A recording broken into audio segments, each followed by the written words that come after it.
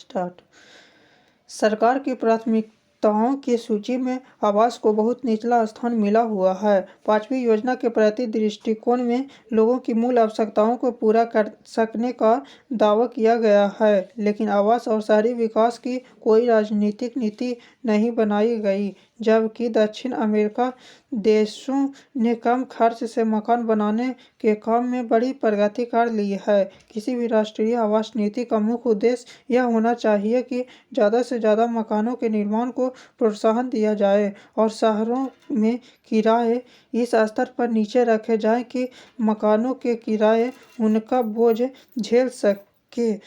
लेकिन लगता है कि अब तक केवल ध्यान इस बात पर दिया गया है कि शहरी जमीनी और संपत्ति की कीमतों में तथाकथित अनार्जित वृद्धि को किस प्रकार बटोरा जाए और जो व्यक्ति या संस्थाएं आवास के क्षेत्र में कुछ पहल या उद्यम दिखाते हैं, उनके रास्ते में किस प्रकार ज़्यादा से ज़्यादा अड़चनें डाली जाए। मकानों का अकाल मुख्य रूप से सरकार का बनाया हुआ है, क्योंकि शहरी संपत्ति पर सरकारी हमले से इस क्षेत्र में पूंजी नियोजन नहीं हो पा रहा है।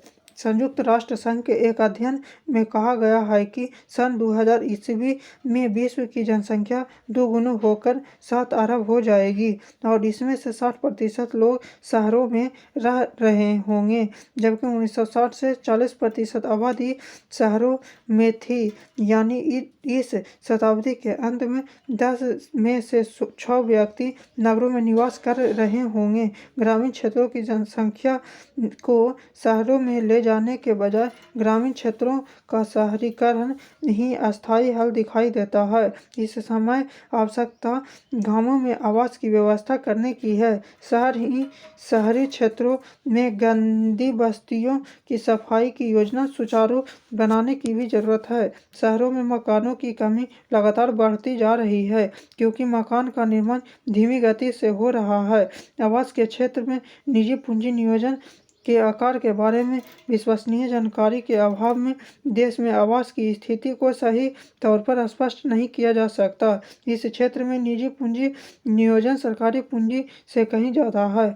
नगरों में निजी मकानों का निर्माण कार्य अवश्य ही महत्वपूर्ण भूमिका निभाता है। सरकारी संस्थाएं कुछ मांगों का कम हिस्सा ही पूरा कर सकती है। सरकारी नेता प्रायः निजी क्षेत्र की इस बात के लिए आलोचना करते हैं कि उसका ऐश्वर्यपूर्ण और बहुमूल्य मकानों के निर्माण में खर्च हुआ है। यह सभी जानते हैं कि इमारती सामानों और धन का प्रयोग लाखों सादे मकान बनाने में किया जाना चाहिए, किंतु इस बारे में कुछ विश्वसनीय आंकड़े इकट्ठा करना जरूरी है कि निजी क्षेत्र का ऐश्वर्यपूर्ण मकानों के निर्माण में कितना धन और इमारती सामान लगा है, जिससे प्रस्तावित प्रतिबंधों से बचाकर आम जनता के लिए आवास उपलब्ध कराने के लिए जा सकता था।